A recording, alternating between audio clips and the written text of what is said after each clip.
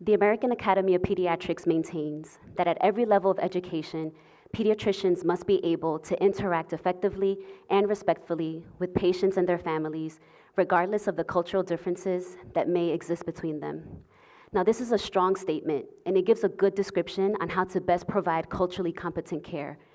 But how can we be expected to achieve this level of care when oftentimes the discussion on diversity leads to feelings of fault, discomfort, and anger? I'm hoping to help remove the negative connotations associated with diversity and influence healthy discussions moving forward.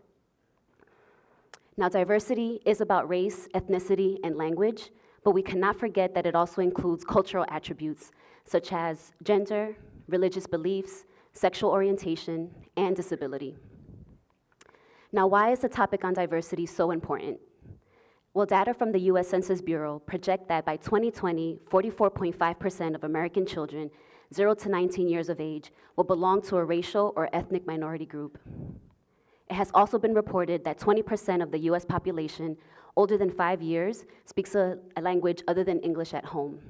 And while these people report that they speak English well, it is estimated that 24.5 million people in the United States need some assistance with English. Furthermore, Ohio's demographic profile has also changed throughout the years, with the Hispanic and Asian populations being the fastest growing groups. And so I'd like to pose a question for everyone. Have you ever felt different? As far as I can remember, I felt different from other people, but this became more notable to me as an adult, where the inner city community that I am from often impacted people's views of me, and also during racial encounters while attending medical school. But today, I'd like to share 2 experiences where I was a witness to poor cultural competency in medicine. My family is originally from the Dominican Republic, and my parents immigrated to the United States in order to provide our family with a better quality of life. This is my mom, and throughout the years, my siblings and I have often served as her interpreter for various things, including medical visits with doctors. She usually insists that one of us accompany her to her medical visits because she feels more comfortable having someone there who speaks the language, and also feels that she's offered more compassionate care by medical providers. There was a particular instance where mom required complex dental work and had been receiving treatment by a dentist. And it seemed as though she was requiring several visits in a very short time span. And so it also appeared that the dentist was providing quick fix solutions for a worsening dental problem. And so my brother and I decided to attend the next dental visit. And what we encountered was a dentist who was white and English speaking only. And what was different at this visit from previous visits was that the dentist was now providing more permanent solutions to our mom's dental problems.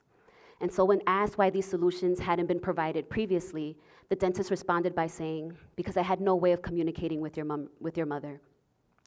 Now keep in mind that this dental office was located in and provided care for a predominantly Hispanic community, and still did not have Spanish-speaking providers nor support staff, and at the bare minimum also did not have phone interpretation services available.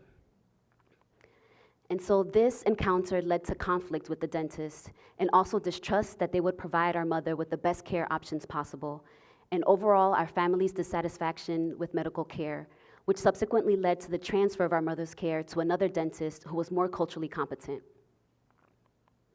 While training at another institution, an 11-year-old Hispanic boy was admitted into the hospital for new onset diabetes, and he was accompanied by his Spanish-only speaking mother. And now, for children admitted into the hospital with new onset diabetes, they're usually admitted for diabetes education, and also so that the family can learn how to successfully manage the child's diabetes.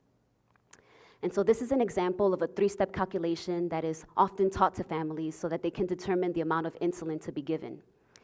And also to make note, this family was assigned a Spanish-speaking diabetes educator.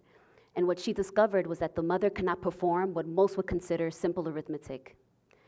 And so our next treatment option was to provide the family with an insulin sliding scale, where the blood glucose range and the amount of insulin to be given was also provided. And what we further discovered was that the mother also could not interpret a range of numbers.